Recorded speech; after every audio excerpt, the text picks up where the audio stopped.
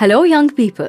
Today we shall talk about William Stanley Houghton's play The Dear Departed. Houghton's play is themed on the way elderly people were neglected in the early 20th century British society.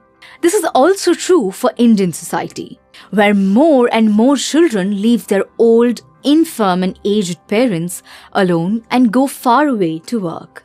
Let's see what lesson this play has to offer us about the care we owe our elders.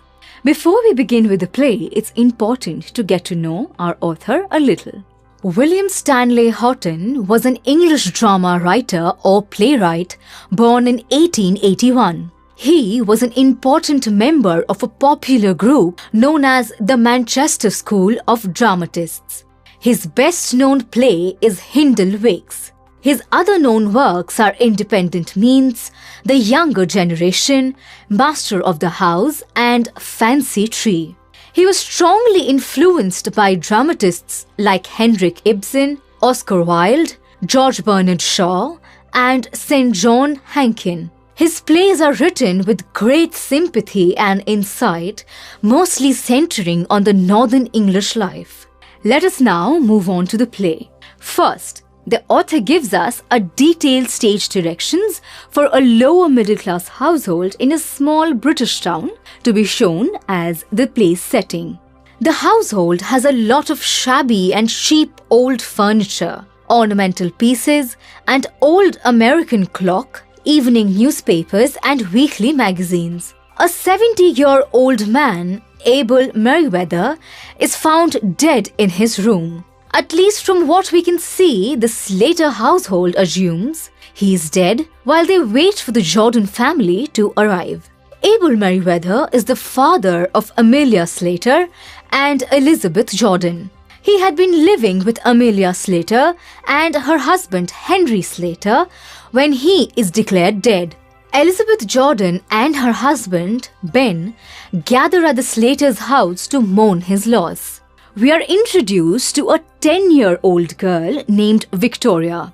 Mrs. Slater scolds her for wearing colorful clothes. Apparently, she should be strictly dressed in black to do justice to the event for her grandfather's sudden death. Mr. Slater is the first to enter the Slater household as his wife and daughter wait for the guests. Mark the clothes he is wearing: a black tailcoat, grey trousers, black tie, and a bowler hat. Mrs. Slater orders Victoria to change into a white frock with a black slash. Their morning dresses will be in all blacks, but they are not ready yet. So the Slaters try to wear as much black color in their clothing as possible.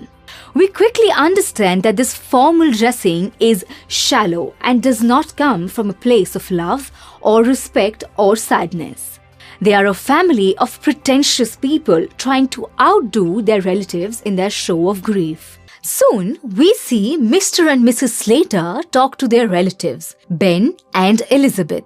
They seem to be particularly hateful towards Elizabeth and suspect that she's after her dead father's property. In fact, they believe that she'll turn up for the mourning, driven by greed for her share of property. The next moment, Mrs. Slater pretends to have a breakdown as she looks at certain objects in the kitchen.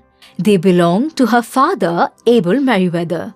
At the same time, she asks her husband to change into the new slippers Merriweather wore. Through this, the playwright Stanley Houghton aims to show us how shallow people like Mrs. Slater are.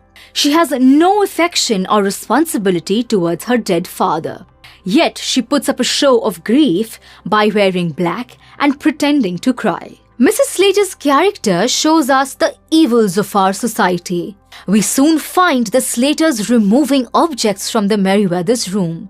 They assume that Elizabeth might be after the bureau and they act quickly to remove it before she arrives. Mrs. Slater also removes an old American clock while they are waiting.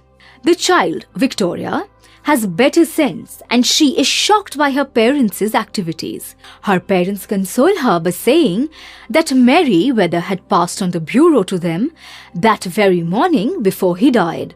The Slaters make sure to hide the bureau and the American clock before opening the door to their relatives, Mr. Ben Jordan and Mrs. Elizabeth Jordan. We are told at the start of the play that Mrs. Elizabeth Jordan is Mrs. Slater's sister. Immediately after the Jordans enter, we find out that they are just as corrupt and dramatic as the Slaters. Elizabeth apparently took so long to arrive because they were getting ready in their black mourning dresses. Elizabeth wants to know which doctor has attended to her father, Abel Merriweather. She pretends to be shocked when she hears that the family doctor, Dr. Pringle, has not arrived yet. Mrs. Slater replies that no doctor can revive a dead man. So, Dr. Pringle's timely arrival could have done no good.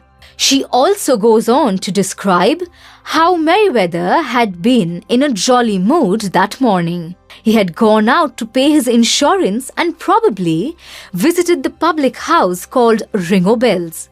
On returning, he had directly retired to bed without having dinner. After listening to this, Elizabeth gets emotional and wipes off her tears, and they all decide to have their tea.